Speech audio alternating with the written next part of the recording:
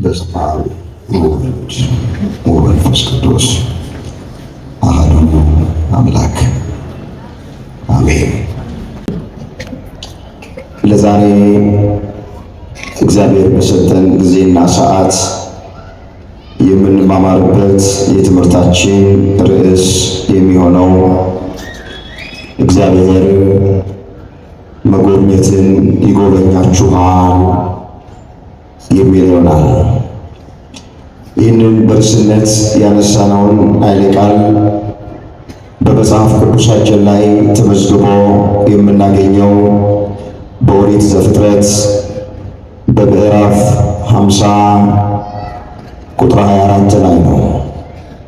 እስኪ አንድ ጊዜ በርዕስነት ያነሳነውን ኃይለ ቃል በአንደበት ብቻ ሳይሆን ከማስተዋል ጭምር ሆናችሁ ይህ ድምፅ የሚሰማችሁ ሁላችሁም ከኔ ቀጥላችሁ ለመናገር ራሳችሁን አዘጋጁ። እግዚአብሔር በሉ እስኪ ሁላችሁም መጎብኘትን ይጎበኛችኋል። በዚህ ርዕስ እግዚአብሔር እንዲያስተምረን የእሱ ቅዱስ ፍቃዱ ይሆንልን። በዚህ ርዕስ ውስጥ ሶስት ነገሮችን ባጭሩ እናያለን። በመጀመሪያ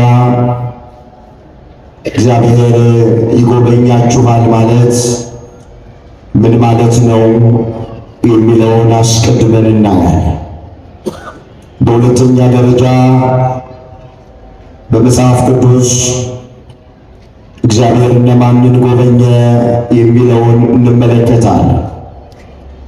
ሶስተኛና የመጨረሻ አሁን እኛን እግዚአብሔር እንዲጎበኘን ምን እናድርግ የሚለውን ተመልክተን ለዛሬ ትምህርታችንን እንቋጨዋለን።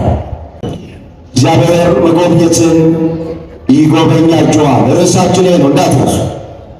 ይህንን በርዕስነት ያነሳነውን ኃይለ ቃል በዚህ ስፍራ ላይ የተናገረው ዮሴፍ የተባለ አንድ እስራኤላዊ አንድ ጊዜ በቁም ታሪኩን ባጭሩ አነባለሁ።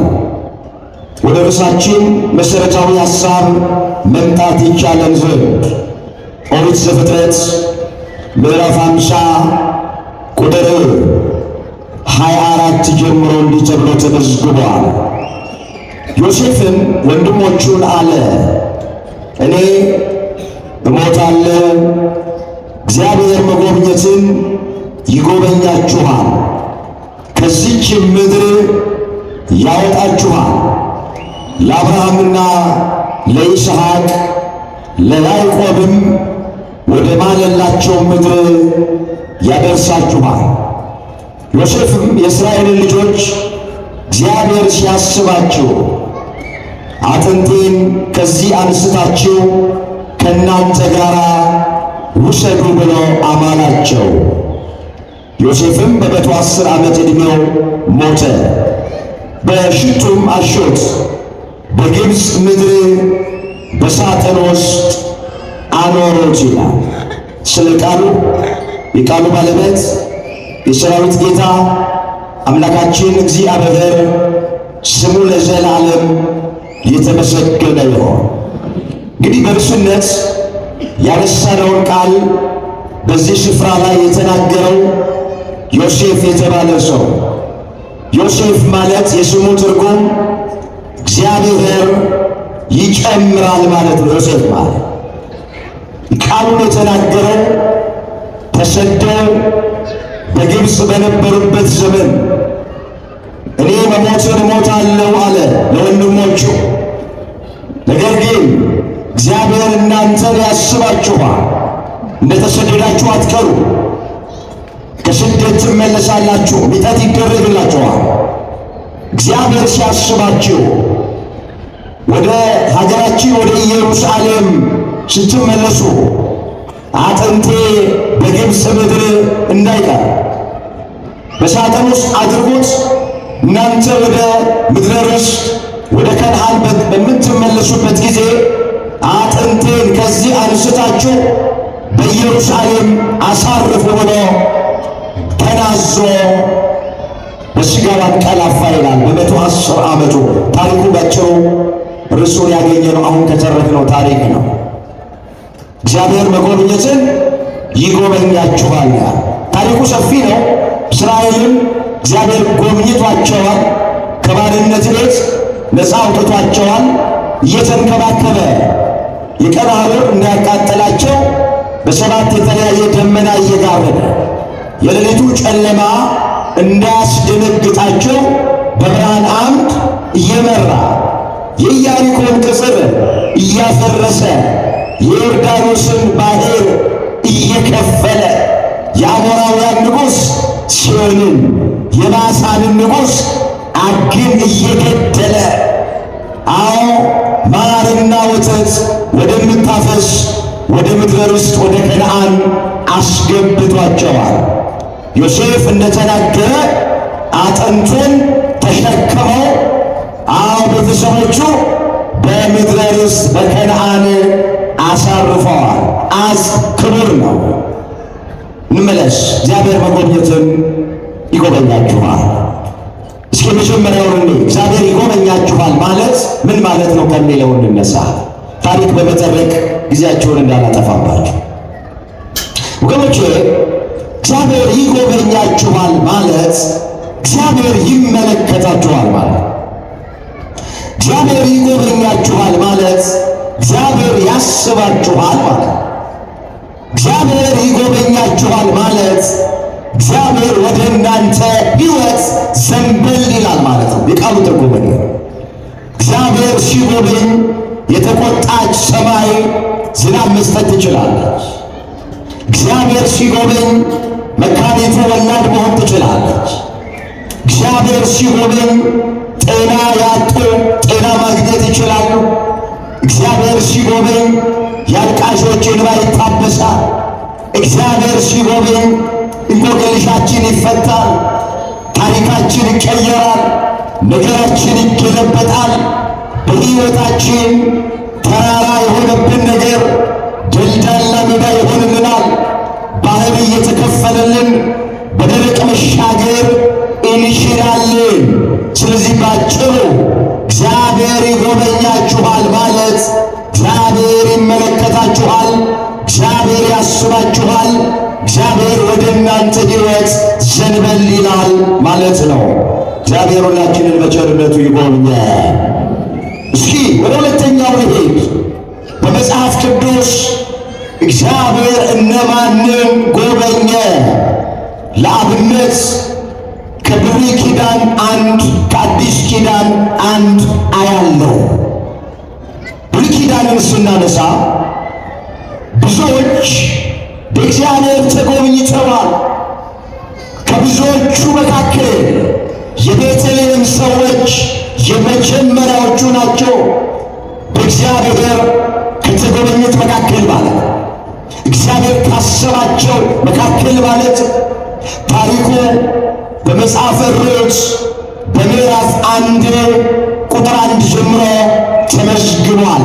መጽሐፍ ቅዱስ የምታነቡ ቤት ግቡና መጽሐፈ ሩት ምዕራፍ 1 ቁጥር 1ን አንብቡት።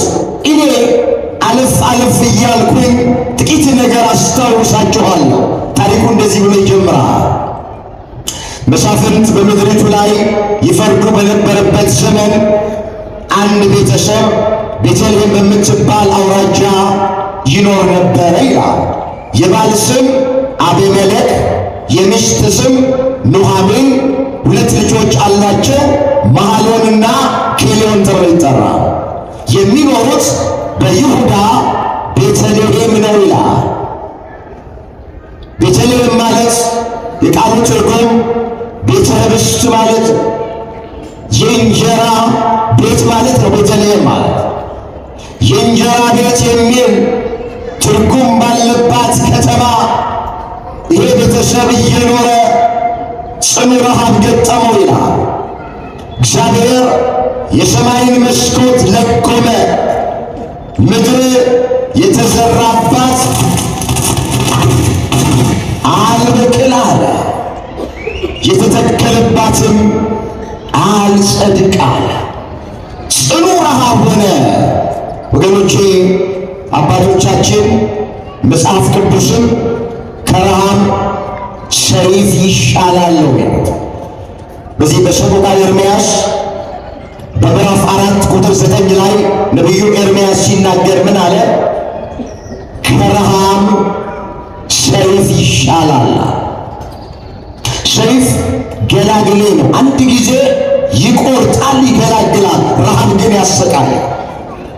ለዚህ ነው ከረሃብ ሰይፍ ይሻላል የሚባል። በዚች ቤተልሔም በምትባል ከተማ ላይ ረሃብ ሆነ። ብዙዎቹ በከተማ ውስጥ የነበሩት ሕዝቦች አንድ ቀን እግዚአብሔር ይመለከተናል፣ አንድ ቀን እግዚአብሔር ይጎበኘናል፣ በትዕግሥት እንጠብቃል። አቤሜሌክና ኑኃሚን ግን የጥቂቱን ጊዜ ረሃብ መታገስ አቅቷቸው ትንቢት የተነገረላትን ሱባኤ የተቆጠረላትን የዳዊት ከተማ ተብላ የምትጠራውን ኋላም ኢየሱስ ክርስቶስ የሚወለድባትን ቤተልሔምን ትተው ተሰደው ወደ ሞዓብ ምድር ወረዱ ይላል መጽሐፍ። የገዢ ቁጣ በገጠመ ጊዜ መከራና ፈተና በሕይወት በገጠመ ጊዜ ስፍራህን አትልቀቅ ተብሎ ተጽፏል። መክብብ 10 ቁጥር 5 ላይ የተመዘገበ እግዚአብሔር ቃሉን አስቶ የገዢ ቁጣ በገጠመ ጊዜ ስፍራህን አትልቀቅ። መከራ ሲገጥምህ፣ ፈተና ሲገጥምህ ስፍራህን አትልቀቅ። ስፍራ መልቀቅ መፍትሄ አይደለም። ሃይማኖትን መልቀቅ፣ ከመንፈሳዊ ሕይወት መውጣት፣ አገልግሎትን መተው፣ ከቤተ ክርስቲያን መራቅ ለገጠመን መከራና ፈተና መፍትሄ ሊሆንን አይችልም። ባለንበት ቦታ ሆኖ እግዚአብሔርን መጠበቅ። እግዚአብሔር መምጣቱ አይቀርም። ብዙዎቹ ጠበቁት እግዚአብሔርን። አቤሜሌክና ኑኃሚን ግን መታገስ አቅቷቸው ወደ ሞዓብ ምድር ወረዱ ይላል። ታሪኩ ሰፊ ነው። ልክ እዛ ሞዓብ ምድር ሲደርሱ ባሏ ሞተባት፣ አቤሜሌክ ሞተባት። ስፍራ መልቀቅ ዋጋ ያስከፍላል። 2 ልጆች ነበሯት። 2 ልጆቿም ሞዓብ ምድር እንደደረሱ ሞቱባት። ባሏን አጣች፣ ልጆቿን አጣች። የወላድ መካን ሆና ቀረች። ብቻዋን ሆና ቀረች። በጣም የሚገርመው እዛ ሞዓብ ምድር ሆና በጆሮዋ አንድ ነገር ሰማች። ምንድነው የሰማችው? እግዚአብሔር ቤተልሔምን ጎበኘ የሚል ነገር ሰማች። እስኪ እግዚአብሔር በሉ። ያልተናገረ ሰው አለ? እግዚአብሔር በሉት። ቤተልሔምን ጎበኘ። ምን አለ?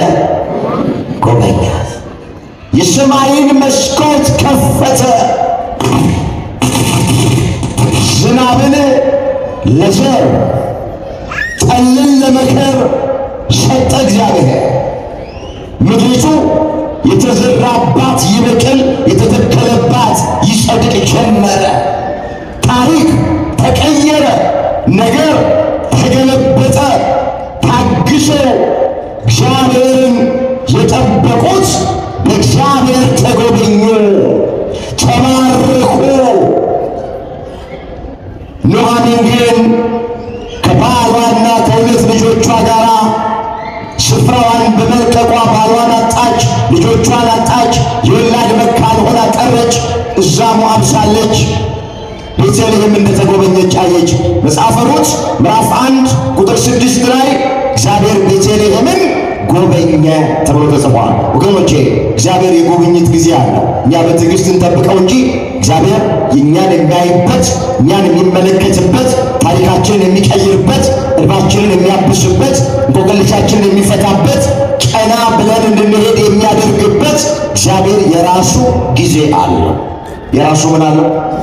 ለምን መጽሐፍ ለሁሉም ጊዜ አለው ይላል። እስኪ ለሁሉም ጊዜ አለው። ምን አለው? ጊዜ አለው። እግዚአብሔር እኛን የሚጎበኝበት ጊዜ አለው። መጽሐፈ መክብብ ምዕራፍ 3 ቁጥር 1 ላይ የተመዘገበ እግዚአብሔር ቃል በጊዜው ጊዜ ይጎበኛል፣ በጊዜው ጊዜ ያስባል። የቤተልሔምን ጎበኛት። ታግሰው እግዚአብሔርን የጠበቁት ተባረኩ። ጥያቄያቸው ተመለሰ። አዎ ረሃባቸው ከነሱ ራቀ። የጎደለባቸው ነገር ተሞላላቸው። የራቀባቸው ነገር ቀረበላቸው። ስለዚህ መጀመሪያ በብሉይ ኪዳን በእግዚአብሔር ከተጎበኙት መካከል አንደኞቹ የቤተልሔም ሰዎች ናቸው። ወደ አዲስ ኪዳን ልምጣ። በአዲስ ኪዳን እግዚአብሔር ማንን ጎበኘ የሚለውን ለአብነት አንድ ታሪክ አስታውሳቸዋል። እዚህ በሉቃስ ወንጌል በምዕራፍ 7 ቁጥር 11 ጀምሮ የተመዘገበውን አየዋለሁ። እንደዚህ ይላል። የሉቃስ ወንጌል ምዕራፍ 7 ቁጥር 11 በነጋውም ናይን ወደምትባል ወደ አንዲት ከተማ ሄደ። ደቀ መዛሙርቱም ብዙ ሕዝብም ከእርሱ ጋር አብረው ሄዱ። ወደ ከተማይቱም በር በቀረበ ጊዜ እነሆ የሞተ ሰው ተሸክመው አወጡ። እርሱም ለእናቱ አንድ ልጅ ነበረ፣ እሷም መበለት ነበረች። ብዙ የከተማ ሕዝብ ከእርሷ ጋር አብረው ነበሩ። ጌታም ባያት ጊዜ አዘነላትና አታልቅሺ አላት። ታሪኩ ጌታችን መድኃኒታችን ኢየሱስ ክርስቶስ የተነገረው ትንቢት እንዲፈጸም የተቆጠረው ሱባኤ ባለቀ ጊዜ ከሰማየ ሰማያት ወረደ። ከእናታችን ከእመቤታችን ከቅድስት ድንግል ማርያም ከሥጋዋ ሥጋ ከነፍሷ ነፍስ ነስቶ በአጭር ቁመት በጠባብ ደረት ተወስኖ በቤተልሔም ዋሻ በከብቶች ግርግም ተወለደ። ቀስ በቀስ በየጥቂቱ አደገ። የ30 ዓመት ጎልማሳ ሲሆን በዮሐንስ እጅ በዮርዳኖስ ወንዝ ተጠመቀ። ከዚህ በኋላ በምድር እስራኤል ወይም በከነዓን እየተመላለሰ ወንጌልን ማስተማር ጀመረ። ሁማነ ሥጋን በተአምራቱ ይፈውሳል። ሁማነ ነፍስን በትምህርቱ ያድናል። ለምጻምን እያነጻ፣ ሽባን እየረታ፣ ጎባጣን እያቀና፣ ድውያንን እየፈወሰ፣ ጥቂቱን አበርክቶ ለብዙ ሰዎች እየመገበ ኢየሱስ ክርስቶስ በዚህ ምድር ላይ ይመላለስ ነበረ። በአንድ ወቅት ደቀ መዛሙርቱን አስከትሎ ናይን ወደምትባል ከተማ ገባ። ወንጌል ሊሰብክ ሁማንን ሊፈውስ የመጣበት ዓላማ ይህ ስለሆነ ማለት በዚህ በትንቢተ ኢሳይያስ ምዕራፍ 61 ቁጥር 1 ጀምሮ እንደተመዘገበ የጌታ የእግዚአብሔር መንፈስ በእኔ ላይ ነው፣ አሁን ለድሆች የምሥራችን እሰብክ ዘንድ እግዚአብሔር ቀብቶኛል፣ የታሰሩትን እፈታ ዘንድ፣ ያዘኑትን አጽናና ዘንድ ልኮኛል አለ። በአባቱ በእግዚአብሔር አብ ፈቃድ፣ በባሕርይ ሕይወቱ በእግዚአብሔር መንፈስ ቅዱስ ፈቃድ፣ በራሱ ፈቃድ ኢየሱስ ክርስቶስ ከድንግል ማርያም ተወልዶ ወደዚህ ምድር የመጣው የታሰሩትን ለመፍታት፣ አጋንንት ያሰራቸውን ከስራታቸው ለመፍታት፣ በጥርጥር የታሰሩትን ከስራታቸው ለመፍታት፣ ያዘኑትን ለማጽናናት፣ የተጨነቁትን ለማረጋጋት፣ የወደቁትን ለማንሳት፣ ተስፋ የቆረጡትን ተስፋቸውን ለመቀጠል ክርስቶስ ወደዚህ ምድር የመጣበት ዓላማ ይሄ ነው። ስለዚህ ወደ ናይን ከተማ የገባው ወንጌል ሊሰብክ ነው፣ ሁማንን ሊፈውስ ነው። ወደ ከተማይቱ ሲገባ አሁን ታሪኩ እንዳነበብ ነው። አንዲት መበለት ማለት እግረ መንገዳችንን ባል የሞተባት ሴት ማለት ነው። ወይም ብቻዋን የምትኖር ሴት መበለት ትባላለች። ይቺ መበለት ባሏ ሞቶባታል።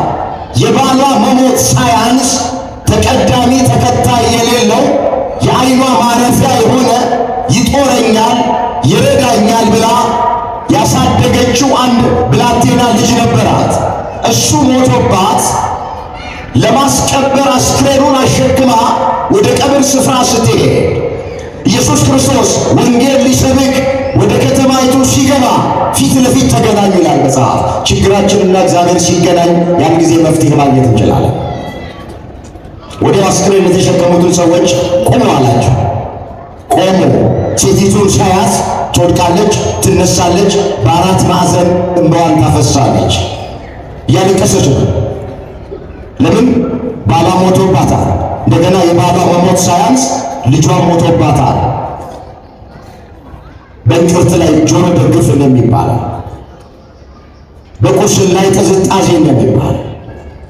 ስለዚህ እየወደቀች እየነሳች ተስፋ የመቁረጥ ሐዘን ነው ሴት የምታዝ።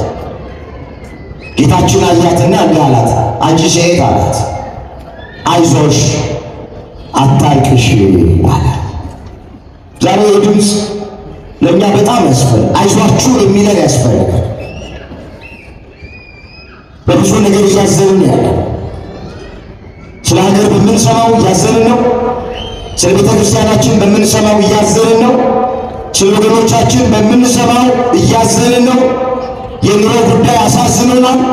የጤናችን ጉዳይ አንዳንዶቻችን ያሳዝነናል። አያድርስ ነው። በገዛ ባሏ የምታዝን ሚስት አጠፋም። በገዛ ሚስቱ የሚያዝን ባል አይጠፋም። በአሰሪዎቹ የሚያዝን ሰራተኛ አለ። በሰራተኞቹ ምክንያት የሚያዝን አሰሪ አለ። ብቻ ይኸውላችሁ ሐዘናችን ይለያያል እንጂ ሁላችንም ሐዘንተኞች ነን። የምናለቅስበት ምክንያት ይለያያል እንጂ ሁላችንም አልቃሾች ነን። ይሄ ሀገር ያወቀው ፀሐይ የሞቀው የአደባባይ ምስጢር ነው፣ የማይደበቅ ዜና ነው። ሴቲቱ ትወድቃለች፣ ትነሳለች፣ እንባዋን ታፈሳለች። ክርስቶስ አያትና አዘነላት፣ እንዲህ አላት፣ አንቺ ሴት አይዞሽ አታልቅሺ አላት። ይችን ሴት አይዞሽ ያለ አምላክ እኛንም አይዟችሁ ይበለ። የውላችሁ ሰው ቢያዝን የመጨረሻ እርዳታው ከንፈር መምጠጥ ነው። ታውቃለህ፣ ገንዘብ እያለው ይረዳል። ጉልበት እያለው በጉልበቱ አያግዘን አይደግፍን። ሌላም ነገር ማድረግ እየቻለ አዝኖ ከንፈሩን መጥቶ ይሄዳል። ሰው ልጅ አያድርስ ነው። ወንድም ሊሆን ይችላል፣ እህት ልትሆን ትችላለች፣ የወለደ አባት ሊሆን ይችላል፣ የወለደች እናት ልትሆን ትችላለች፣ ጎረቤት ሊሆን ይችላል፣ ባልንጀራችን ሊሆን ይችላል። ተቸግረን ተርበን 5 እና 10 ሳንቲም ቸግሮን፣ አዎ ችግራችንን ስንነግራቸው ከንፈራቸውን ነው የሚመጡት። የሰው የመጨረሻ እርዳታው ከንፈር መምጠጥ ነው። እግዚአብሔር ካዘነ ግን፣ አምላካችን ካዘነ ግን፣ የሰማይ አባታችን እግዚአብሔር ካዘነ ግን ወደ ድርጊት ያመራዋል፣ ወደ ሥራ ያመራዋል። ለችግራችን መፍትሄ ይሰጠናል። የጎደለብንን ነገር ይሞላልናል። ያጣነውን ነገር ይሰጠናል። አያት፣ አዘነላት። አስክሬኑን አውርዱ አለ። አወረዱት። የተሸከሙ ሰዎች ከትከሻቸው ላይ ቀረበ። እጁን ያዘው፣ ቀኝ እጁን ያዘውና አንተ ብላቴና አለው፣ አንተ ጎበዝ እልሃለሁ ተነሳ አለ። አስክሬኑን እኮ ነው ጎበዝ የሚለው።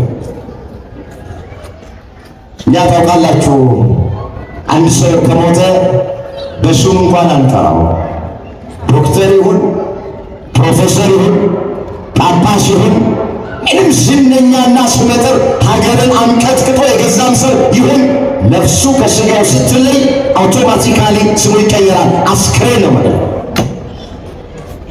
ለዚህ ነው እንግዲህ አፈር አይንካኝ የምንለው። ለዚህ ነው የምንገፋፋው። ለዚህ ነው እንቅልፋተን ቁጭ ብለን የምናድረው። ከሞትን በኋላ ሰዎች በምን ያህል ፍጥነት ስማችንን እንደሚቀይሩት፣ ከሞትን በኋላ ሰዎች በምን ያህል ፍጥነት እንደሚረሱን ብናቅ ነው። እግዚአብሔርን እየፈራ ነው እያመለክ ነው ነው።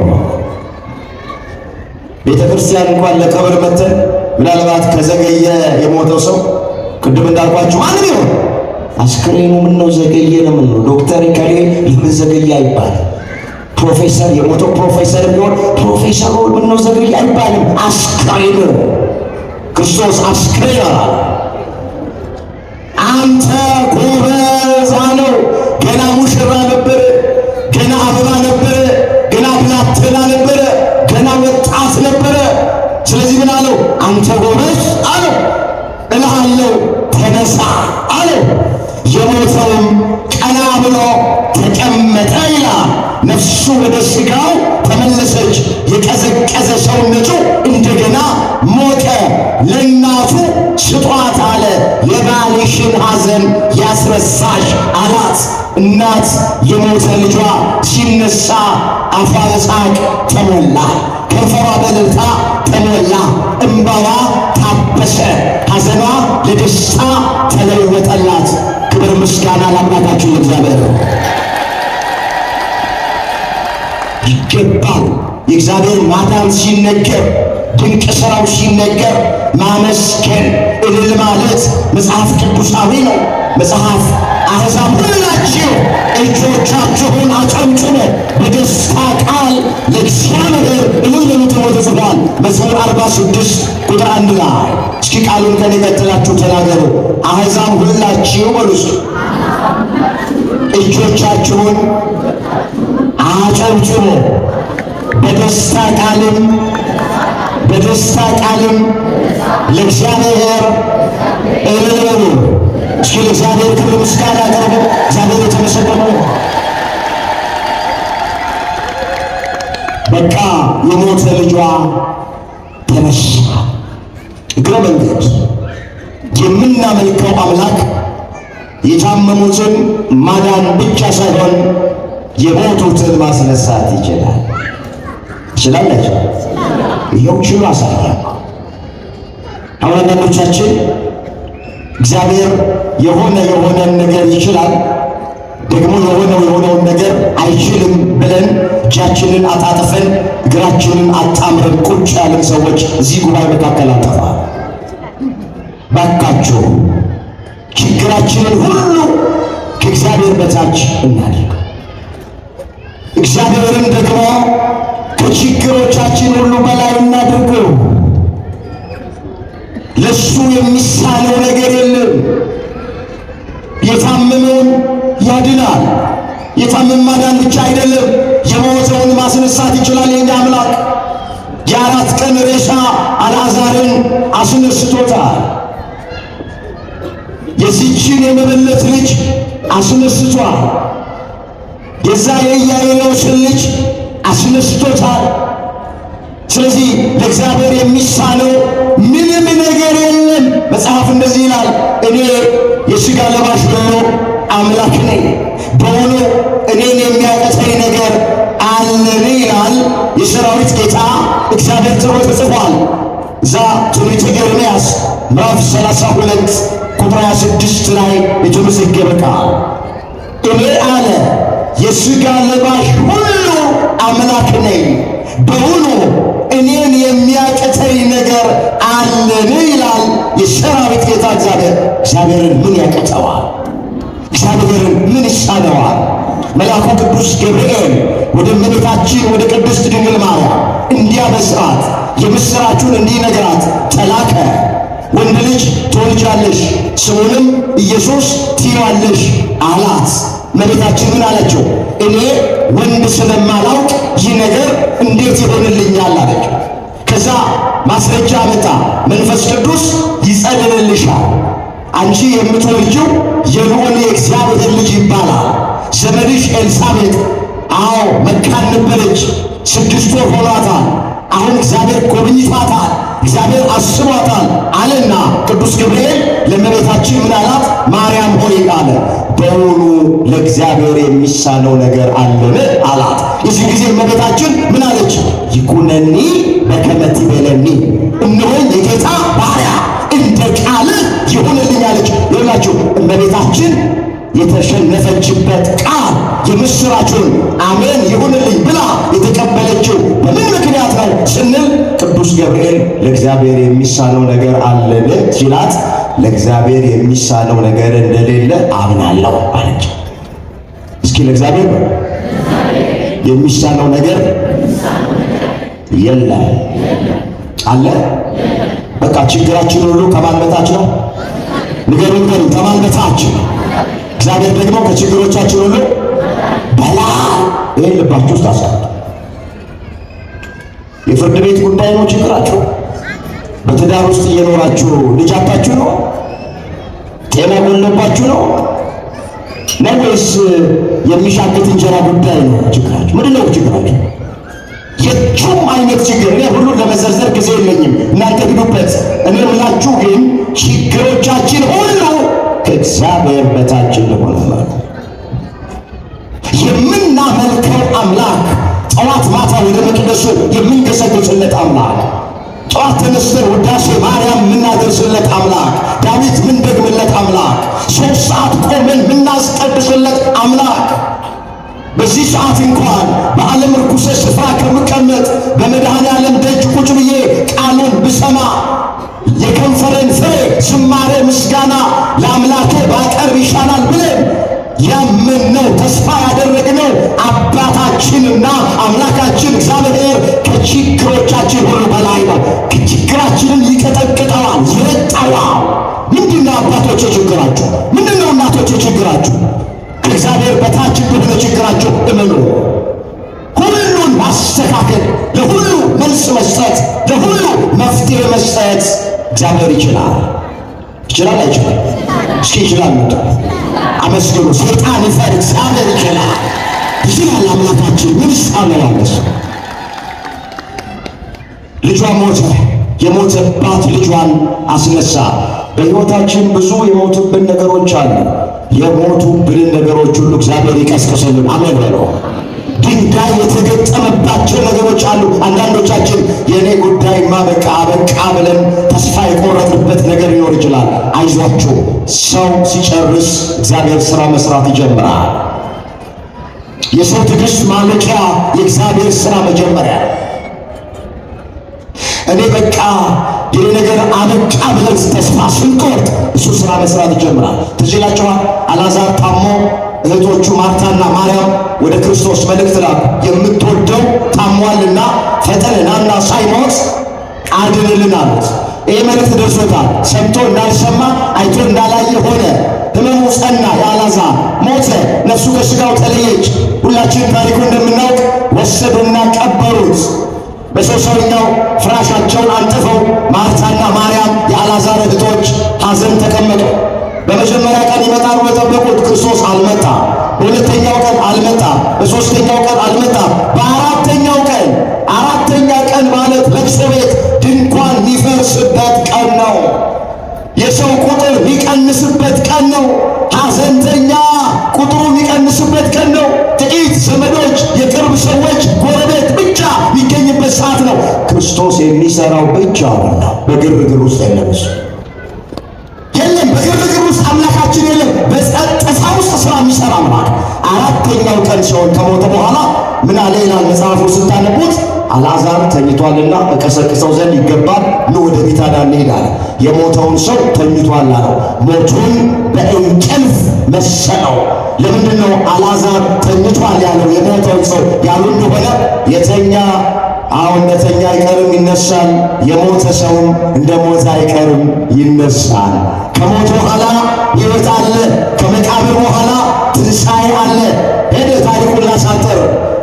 ሲያዩት ይሄ ዕውር ሚያበራ፣ ለምጽ ሚያነጻ፣ ሽባ ሚረታ፣ ጎባጣ ሚያቀና አልዓዛር ሳይሞት ደርሶ ቢሆን እንዳይሞት ባደረገው ነበረ። አሁን ሞቷል። 4 ቀን ሆኖታል። ድንጋይ ተገጥሞበታል። ምንም ማድረግ አይችልም አሉ። የእነሱ እምነት ክርስቶስ የታመመ ያድናል እንጂ የሞተ አያስነሳም የሚል እምነት ነው ያላቸው። ጎዶሎ እምነት። እግዚአብሔር እምነታችንን ሙሉ ያድርግልን። ታሞ ሳለ መጥቶ ቢሆን ደርሶ ቢሆን ኖሮ ነፍሱ ከሥጋው ሳትለይ ደርሶ ቢሆን ኖሮ ባዳነው ነበረ። አሁን ሞቷል፣ ምን ያደርጋል አለ። ክርስቶስ ቀረብ አለ። የት ነው የቀበራችሁት አለ። እንዳላወጭ ነው ወስደው አሳዩት። እምባውን አፈሰሰ።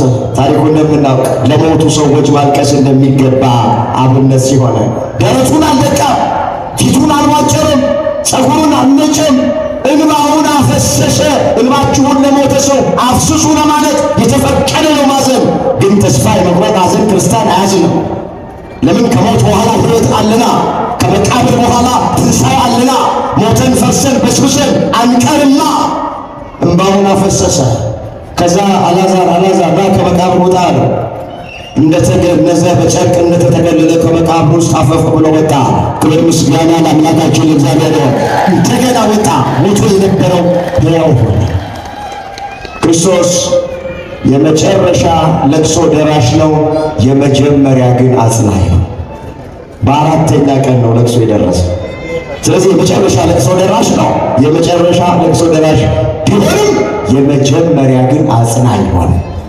ሞቶ የነበረ ወንድማቸውን አስነሳላቸው። እነሱ በሰው ሰውኛው ተስፋ ቆርጠው በቃ የኛ ነገር አበቃ ብለው ነበረ። ግን ድንጋይ የተገጠመበትን ድንጋዩን አንከባለው ሞቶ የነበረውን ሰው እንደገና ሕያው አድርጎ ቀስቅሶ የእህቶቹን ሐዘን ወደ ደስታ ለወጠ። በእኛም ሕይወት ውስጥ እንደዚህ የተቀበሩ ነገሮች ይኖራሉ። ድንጋይ የተገጠመባቸው ነገር ሊኖር ይችላል። አይዟችሁ፣ እግዚአብሔርን ጠብቁት። የሞተውን ሕያው ማድረግ የኛ አምላክ ይችላል። ይችላል አይችልም? ይችላል። አምናችሁ መስሎ ይችላል። ለሱ የሚሳነው አንዳች ነገር የለም። እንመለስ። ያን ብላቴና ከሞተበት አነሳው፣ ለእናቱ ሰጣት። ሁሉም ፍርሃት ያዛቸውና ታላቅ ነቢይ በእኛ መካከል ተነስቷል። ታላቅም መጽሐፍ ቅዱስ ስታነቡ ኢየሱስ ክርስቶስን አንዳንድ ስፍራ ላይ ነቢይ ይለዋል። ሙስሊሞቹ ይህን ቃል እየጠቀሱ እሱን እናንተ አምላክ ትሉታላችሁ እንጂ እሱ እኮ ነቢይ ነው ተብሎ የተጻፈው ብሎ የሚከራከሩ ሰዎች አሉ። ሌላችሁ በመንገድ ኢየሱስ ክርስቶስን መጻሕፍት በአንዳንድ ስፍራ ላይ ነቢይ ቢሉት አምላክ ስላልሆነ ሳይሆን ነቢይ ማለት ያለፈውን የሚያውቅ መጽያቱን ወደፊት የሚሆነውን የሚያውቅ ነቢይ ተብሎ ይጠራል። ስለዚህ ኢየሱስ ክርስቶስ ያለፈውንም ስለሚያውቅ መጪውንም ስለሚያውቅ በዚህ ምክንያት አንዳንድ ስፍራ ላይ ነቢይ ተብሎ ተጠርቷል እንጂ እሱ የጌቶች ጌታ ነው፣ የአማልክት አምላክ ነው፣ የኃያላን ኃያል ነው፣ የነገሥታት ሁሉ ንጉሥ ነው፣ የነቢያት ሁሉ አምላክ ነው። ኢየሱስ ክርስቶስ ነቢይ ቢለው እንዳትረሱ። ያለፈውን ስለሚያውቅ የሚመጣውንም ስለሚያውቅ ነቢይ ነዋል ክርስቶስን። አንዳንድ እንመለስ። ታላቅ ነቢይ በእኛ መካከል ተነስቷል እያሉ እግዚአብሔርን አመሰገኑ። ደግሞም እንደዚህ አሉ፣ እግዚአብሔር ሕዝቡን ጎበኘ አሉ። እስኪ እግዚአብሔር ሕዝቡን ጎበኘ። ሕዝቡን ምን አለ?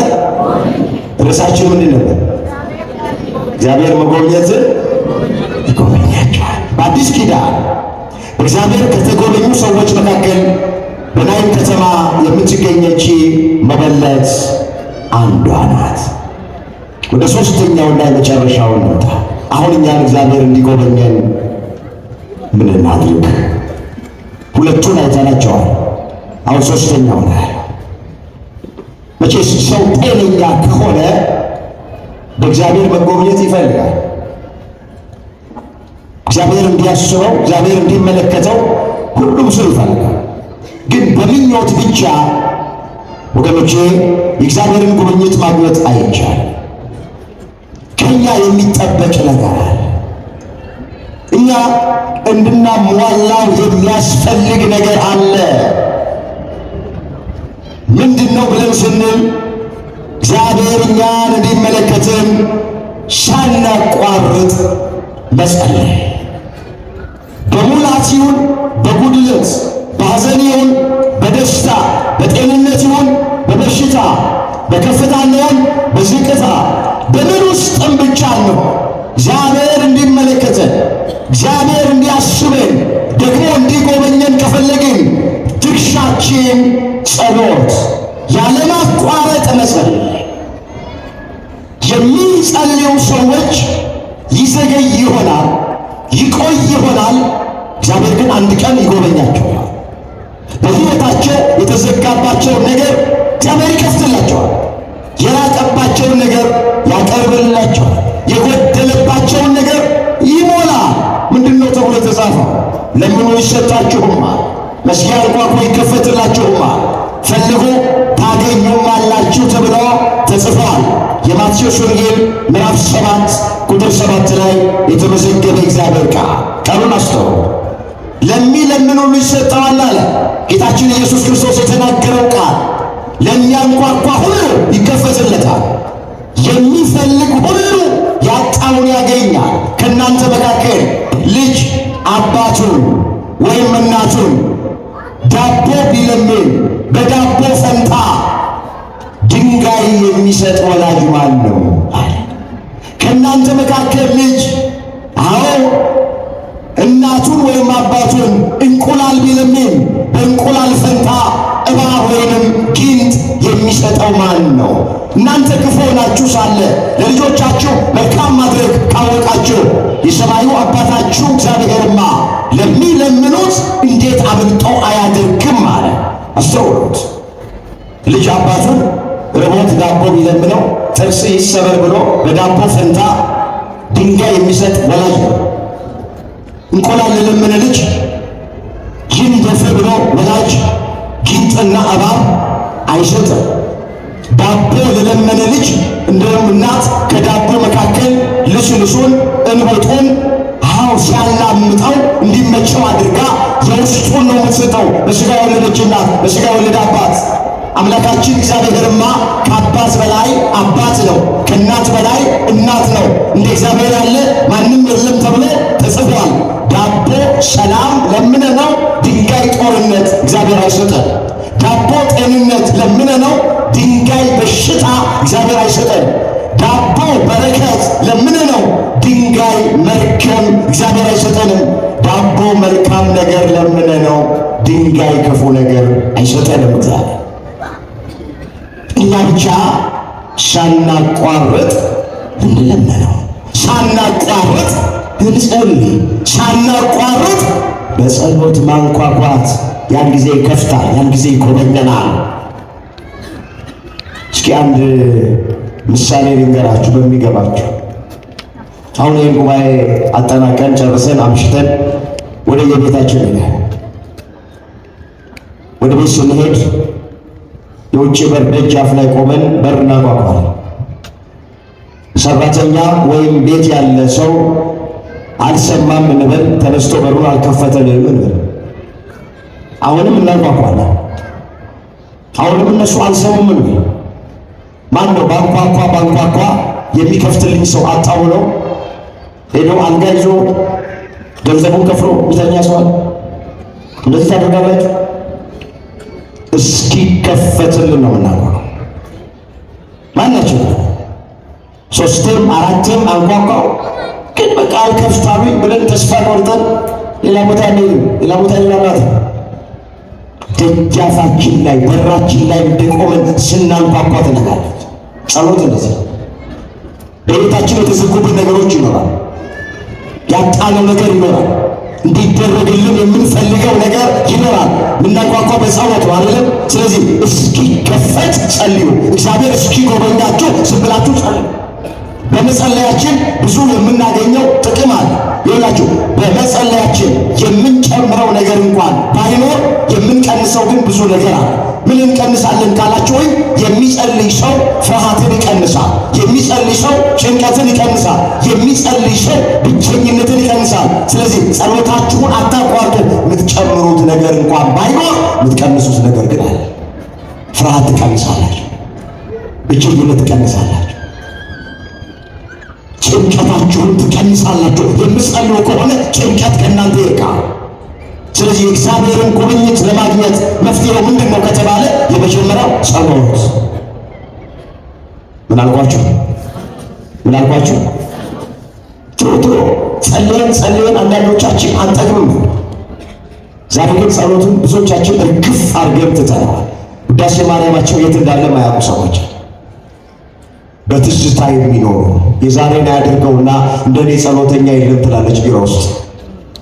የዛሬን ያድርገውና እንደኔ ጸሎተኛ የለም። ዳዊቱን ደግም ነበረ፣ ውዳሴ ማርያምን አደርስ ነበረ፣ መልካ መልኩ አይቀረኝም፣ ገድሉን ተአምራቱን አነበው ነበረ፣ አንድ ጊዜ ለጸሎት ከቆምኩኝ አልቀመጥም ብለው በትዝታ የሚኖሩ ወንድሞችና እህቶች አሉ። ባካችሁ በዚህ ውስጥ ያለን ከዚህ ውስጥ እንውጣ። ጸሎት ማለት ከእግዚአብሔር ጋር መነጋገር ነው። ጸሎት ማለት ከእግዚአብሔር ጋር ማውራት ነው። ጸሎት ማለት ሐሳብን ለእግዚአብሔር ማቅረብ ነው። ወገኖቼ ጸሎት ያቋረጠ ሰውና ገደል አፋፍ ላይ የቆመ አይነ ስውር አንድ ነው ይላሉ አባቶች። ያ ገደል አፋፍ ላይ የቆመ አይነ ስውር የሚመራው ሰው ከሌለ ዕጣ ፈንታው ጽዋ ተርታው ገደል ውስጥ ገብቶ መሰበር ነው። በሕይወቱም ጸሎት ያቋረጠ ሰው ምን እንደሚያደርግ አያውቅም፣ ወዴት እንደሚሄድም አያውቅም። ለምን? ጸሎት ማለት ከእግዚአብሔር ጋር መነጋገር።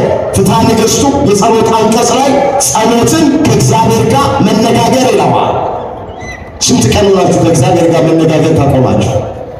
ስንት ቀን ሆነ? እስኪ ራሳችን ጸሎት ያቋረጠን ቀን ከእግዚአብሔር ጋር መነጋገር አቆመናል። አንዳንዶቻችን ጸሎት መጸለይ ድንጋይ መፍለጥ ይመስላል፣ ጉድጓድ መቆፈር ይመስላል። ገና ለጸሎት ስናስብ ጭንቅ ጥበብ ክብድ ይለናል። ይኸውላችሁ እንደምን ብላችሁ በስመ አብ ብላችሁ አማትባችሁ እስክትቆሙ ነው ለጸሎት። አንድ የቆማችሁ ያ የሚፈታተናችሁ መንፈስ ከእግራችሁ በታች ይወድቃል። እስክንቆም ልክ እግዚአብሔር ፊት ለጸሎት እስክንቆም ውዳሴ ማርያሙን እስክንገልጠው ነው እንጂ ከቆምን በኋላ አቋርጡ ማለት ነው። የጸሎት ትርጉም ከገባን ጸሎትን እየጨመርን እንሄዳለን እንጂ እየቀነስን አንሄድም። እግዚአብሔር የጸሎት ጸጋ ለሁላችንም ያብዛልን። የጸሎትን ሕይወት እግዚአብሔር ለሁላችንም ይጨምርልን። ስለዚህ መጀመሪያው እግዚአብሔር እንዲጎበኘን ከኛ ምን ይጠበቃል ሲባል ከባድ ሸክም እግዚአብሔር አይጭንም። ድንጋይ ፍለጡ አላለ፣ ጉድጓድ ቆፍሩ አላለ፣ ቀንበር አልጫነብንም። በቃ ጸሎት ቢደረግም አይደረግም፣ ቢሰጠንም አይሰጠን፣ እንባችን ይታመስ አይታመስ፣ እንቆቅልሻችን ይፈታ እኛ ያገባንም። እግዚአብሔር በወደደ ጊዜ ግን ስራ ይሰራል። በራሱ ጊዜ እግዚአብሔር ስራ ይሰራል። እኛ ግን ሁሌ በፊቱ በጸሎት መቆም ከኛ የሚጠበቀው ነው። ለዚህ ነው መጽሐፍ ሳታቋርጡ ጸልዩ ተብሎ የተጻፈው። ጸሎት አይቋረጥም። ጸሎት እስትንፋስ። ሰው ያለ አየር መኖር እንደማይችል ሰው ያለ ጸሎት መኖር አይችልም። እዚህ አንደኛ ተሰሎንቄ ምዕራፍ 5 ቁጥር 18 ላይ ሐዋርያው ቅዱስ ጳውሎስ ምን ብሎ ተናገረ? ሳታቋርጡ ጸልዩ አለ። እስኪ ሳታቋርጡ በሉ ጸልዩ። ምን በሉ? ሳናቋርጥ እንጸልይ። መድኃኔዓለም ሁላችንንም ይርዳ።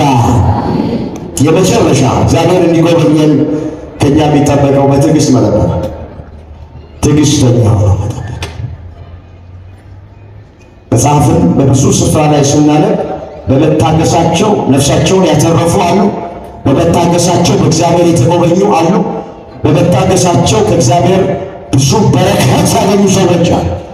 ስለዚህ እግዚአብሔር ትዕግስት ይፈልጋል። መጽሐፍ በለሷን የጠበቀ ፍሬዋን ይበላል፣ ጌታውን የጠበቀ ይከብራል ተብሎ ተጽፏል። እዚህ መጽሐፈ ምሳሌ ምዕራፍ 27 ቁጥር 18 ላይ የተመዘገበ ቃል። ይህ ቃል አንዳንዶቻችን ግድግዳ ላይ መኝታ ቤት ተለጥፏል። በለሷን የጠበቀ ፍሬዋን ይበላል፣ ጌታውን የጠበቀ ይከብራል፣ በነፍስም በሥጋም ለመክበር የእግዚአብሔርን ጉብኝት ለማግኘት በሕይወታችን እንጠብቀው በትዕግስት። እግዚአብሔርን መጠበቅ ሞኝነት አለ። ምዕመናን ይህ ድምፅ የሚሰማችሁ እግዚአብሔርን መጠበቅ ስንፍና አይደለም። እግዚአብሔርን መጠበቅ ጥበብ ነው። እግዚአብሔርን መጠበቅ ማስተዋል ነው። እግዚአብሔርን ጠብቆ በትዕግስት ያፈረ የጎደለበት ያጣ አንድም ሰው የለም። ከዘፍጥረት እስከ ዮሐንስ ራእይ በመጽሐፍ ቅዱስ ስናነብ አባቶቻችን እግዚአብሔርን በትዕግስት ጠብቀውት ተባርከዋል። የጎደለባቸው ነገር ተሞልቶላቸዋል። ልጅ አጥተው የነበሩ በልጅ ተባርከዋል። ጤና አጥተው የነበሩ ጤናቸው ተመልሶላቸዋል። እንጀራ አጥተው የነበሩ እንጀራ ተሰጥቷቸዋል። ተጨንቀው የነበሩ በጭንቀታቸው ተረጋግተዋል። አልቃሾች እንባቸው ታብሶላቸዋል። እግዚአብሔርን በትዕግስት ጠብቆ የጎደለበት ማንም ሰው የለም። ስለዚህ እግዚአብሔር እንዲጎበኘን ከፈለግን በትዕግስት ጠብቀው። ምን ውስጥ ነው? ትዝ ይላችኋል። ያየው በአንድ ጊዜ 3 መከራ አገኘ። ጤናውን አጣ፣ ሀብት ንብረቱን አጣ፣ 10 ልጆቹን አጣ። ግን ምን አለ? ከእናቴ ማኅፀን ራቁቴን ወጥቻለሁ፣ ወደ መቃብርም ራቁቴን እገባለሁ። እግዚአብሔር ሰጠኝ፣ እግዚአብሔር ነሳኝ። የእግዚአብሔር ስም የተመሰገነ ይሆናል። 10 ልጆቹን አጥቶ ተመስገን። ሙሉ ሀብት ንብረቱን አጥቶ ተመስገን። ከራስ ፀጉሩ እስከ እግር ጥፍሩ ድረስ በደዌ ተመቶ ተመስገን። ለምን ይመስላችኋል ተመስገን የሚለው? እግዚአብሔር መልሶ ሊሰጠው እንደሚችል ስላመነ እግዚአብሔርን ተስፋ ስለሚያደርግ ነው ተመስገን ያለው። የሁላችሁ አማኞች አመስጋኞች ናቸው። ተስፈኞች አመስጋኞች ናቸው። ትዕግስተኞች አመስጋኞች ናቸው። ምንም ነገር በሕይወታቸው ቢገጥማቸው ሊያዝኑ ይችላሉ፣ ግን አያማርሩም። መጽሐፍ ቅዱሱ ስታነቡ ኢዮብ አማረረ ተብሎ አልተጻፈም፣ አዘነ ተብሎ ግን ተጽፏል። ማዘን ተፈጥሯዊ ነው፣ ማማረር ግን ከእግዚአብሔር ሐሳብ ውጭ የሆነ። ልናዝን እንችላለን በሚገጥመን ነገር፣ በጎደለብን ነገር፣ ባጣነው ነገር፣ ባልተደረገልን ነገር ልናዝን ልናለቅስ እንችላለን። ይሄ ችግር የለውም። ግን ተስፋ አትቁረጡ። ሐዘናችሁ ተስፋ የመቁረጥ ሐዘን አይሆን። አታማሩ እግዚአብሔርን። መድኃኔዓለም የት አለ አትበሉት። እሱ አለ፣ ስራ የሚሰራበት የራሱ ጊዜ አለ። አሁን አንዳንድ እናቶች የደርጉ ጊዜ መድኃኔዓለም የት ሄደ ይላል። እንደዚህ ነው እናቶች። የደርጓ ጊዜ ማርያም የት አለች? አንዳንድ ነገር ሲሰሙና ሳይሆን እግዚአብሔር እንደሱ አይደለም። መድኃኔዓለም እንደሱ አይደለም። በእኔና በእናንተ ቀመርና ካላንደር እግዚአብሔር አይመራም። ለራሱ የሥራ ጊዜ አለው። ከእኛ የሚጠበቀው በትዕግስት ሆኖ እሱን መጠባበቅ ነው። ኢዮብ ያ ሁሉ መከራ ደረሰበት። በቃ ራቁቴን ነው የመጣሁት፣ ራቁቴን ነው የምሄደው። እግዚአብሔር ሰጥቶኛል፣ እግዚአብሔር ነስቶኛል፣ መልሶ ሊሰጠኝም ይችላል። ስሙ የተመሰገነ ይሆናል። በሌላ ስፍራ ላይ ሰይጣን በሚስቱ በኩል መጥቶ ፈትኖት ጤናውን ወስዶበት፣ ሀብትነቱን ወስዶበት፣ ልጆቹን ወስዶበት ሊያስክደው ከእግዚአብሔር ሊለየው እንዳልቻለ ባወቀ ጊዜ አዎ እስካሁን ፍጹምነትን ይዘሃል። ይሄ እግዚአብሔር የምትለው ጤናህን ካልጠበቀ፣ ሀብት ንብረትህን ካልጠበቀ፣ ልጆችህን ካልጠበቀ ለምን ታመልከዋለህ? ሲደበውና ሙት ብሎ በሚስቱ በኩልም በመጣበት ኢዮብ እንዲህ አለ፣ የመጣው ነገር ይምጣ፣ ሥጋዬን በጥርሴ ነክሼ እይዘዋለሁ፣ ቢገድለኝም እንኳን አምላኬ እግዚአብሔርን በትዕግሥት እጠብቀዋለሁ አለ። ኢዮብ 13 ቁጥር 14 ላይ የተመዘገበ ቃል። እስኪ አብረን ቃሉን እንበለው፣ ጸሎት ስለሆነ። የመጣው ነገር ይምጣ በሉስ። ሥጋዬን በጥርሴ ነክሼ እይዘዋለሁ፣ ቢገድለኝም እንኳን አምላኬ እግዚአብሔርን በትዕግሥት እጠብቀዋለሁ። ኢዮብ የተናገረው ቃል ምን ማለቱ ነው? ጤና ማጣት ከእግዚአብሔር አይለየኝም፣ ልጆች ማጣት ከእግዚአብሔር አይለየኝም፣ ሀብት ንብረት ማጣት ከእግዚአብሔር አይለየኝም። እኔ ቢገለኝም አምላኬ እግዚአብሔር ነው፣ በትዕግሥት እጠብቀዋለሁ። ጠበቀው በትዕግሥት። ታሪኩን እንደምና አላሳፈረም። ጤናውን መለሰለት፣ ሀብት ንብረቱን መለሰለት፣ ልጆቹን የተዋቡና የተባረኩ አድርጎ መለሰለት። ኢዮብ እጁን በአፉ ላይ ጫነ። ለእግዚአብሔር አዲስ ቅኔ ተቀኘ። ሁሉም ታደርግ ዘንድ ቻይ እንደሆንክ አሳብህን ከቶ ይከለከል ዘንድ እንደማይቻል አሁን አወቅሁ። መስማትንስ በጆሮዬ ሰምቼ ነበረ፣ አሁን ተደርጎልኝ ዓይኔ አየች አለ። ክብር ምስጋና ለአምላካችን እግዚአብሔር ይሁን። በጆሮ የሰማው በዓይኑ አየ። ስለዚህ እንታገስ። ታሪክን ይቀይራል እግዚአብሔር፣ ይጎበኛል እግዚአብሔር። ምንድን ያለው ኤርምያስ? ይህን ቃል አይተን እስኪ እግዚአብሔር ከላይ ከሰማይ እስኪጎበኘንና እስኪመለከተን ድረስ ዓይኔ ሳታቋርጥ ዝምም ሳትል እንባን ታፈሳለች አለ። ሰቆቃወ ኤርምያስ ምዕራፍ 3 ቁጥር 49 ላይ የተመዘገበ የእግዚአብሔር ቃል። እስኪ አብረን እንበለው። እግዚአብሔር በለው ከላይ ከሰማይ እስኪጎበኘንና እስኪመለከተን ድረስ ዓይኔ ሳታቋርጥ ዝምም ሳትል እንባን ታፈሳለች። እግዚአብሔር ከላይ ከሰማይ እስኪጎበኘን ደግሞ እስኪመለከተን ዓይኔ ሳታቋርጥ ዝም ሳትል እንባን ታፈሳለች። ነቢዩ ኤርምያስ የተናገረው ቃል። ስለዚህ እኛም እግዚአብሔር እስኪጎበኘን ድረስ በቃ በትዕግሥት መጠበቅ፣ አብዝቶ መጸለይ፣ ነገሮች እንደዚህ አይቀጥሉም። ታሪክ ይቀየራል፣ ነገር ይገለበጣል። በሀገር ላይ ያለው፣ በቤተ ክርስቲያኒቱ ላይ ያለው፣ በግል ሕይወታችን ላይ ያለው ሂዱበት እናንተ ሁሉም ይለወጣል። ወገኖች ቀጥሎ የሚመጣው ተቃራኒ። አሁን ያለንበት ነገር ጨለማ ነው አይደል? ጨለማ ሲያልፍ ምንድን ነው የሚመጣው? ጨለማ አልፎ ጨለማ አይመጣም። እናንተ ጨለማ ሲያልፍ ብርሃን ነው የሚመጣው። በጋ ሲያልፍ ምን ይመጣል? ክረምት። በጋ አልፎ በጋ አይመጣም። የሚመጣው ተቃራኒ ነው። ማጣት ላይ ያለነው አሁን ማጣቱ ያልፍና ማግኘት ነው የሚመጣው ተቃራኒ። ከውርደት በኋላ ክብር ይመጣል። ከሐዘን በኋላ ደስታ ነው የሚመጣው። አሁን እያለቀስን ነው አይደል? በኋላ እንስቃለን። ብዙ ያስለቅስ ነገር አለ። አንዳንዶቻችንን ጨርቃችንን ጥለን ማለት ነው የቀረን አይደል? በምንሰማው ነገር ግድ የላችሁ የሚመጣው ተቃራኒ ነው። ይጎበኛል። እግዚአብሔር እንድትጽናኑ አይደለም የምሰብካችሁ፣ የእግዚአብሔር ቃል እውነት ስለሆነ ነው። እያቆላመጥን እየሸነገልን ሰብከን አናቀም፣ ወደፊትም አንሰብክም። የእግዚአብሔር ቃል ግን እውነት ስለሆነ የእግዚአብሔር ቃል አርነት ስለሚያወጣ ይሄ እውነት የሆነውን ቃሉን እንሰብካለን። መጽሐፍ ምን ይላል? ቃልህ እውነት ነው ይላል። የዮሐንስ ወንጌል ምዕራፍ 17 ቁጥር 17 ላይ ቃሉ እውነት ነው፣ የእግዚአብሔር ቃል ጠብ አይልም በምድር ላይ።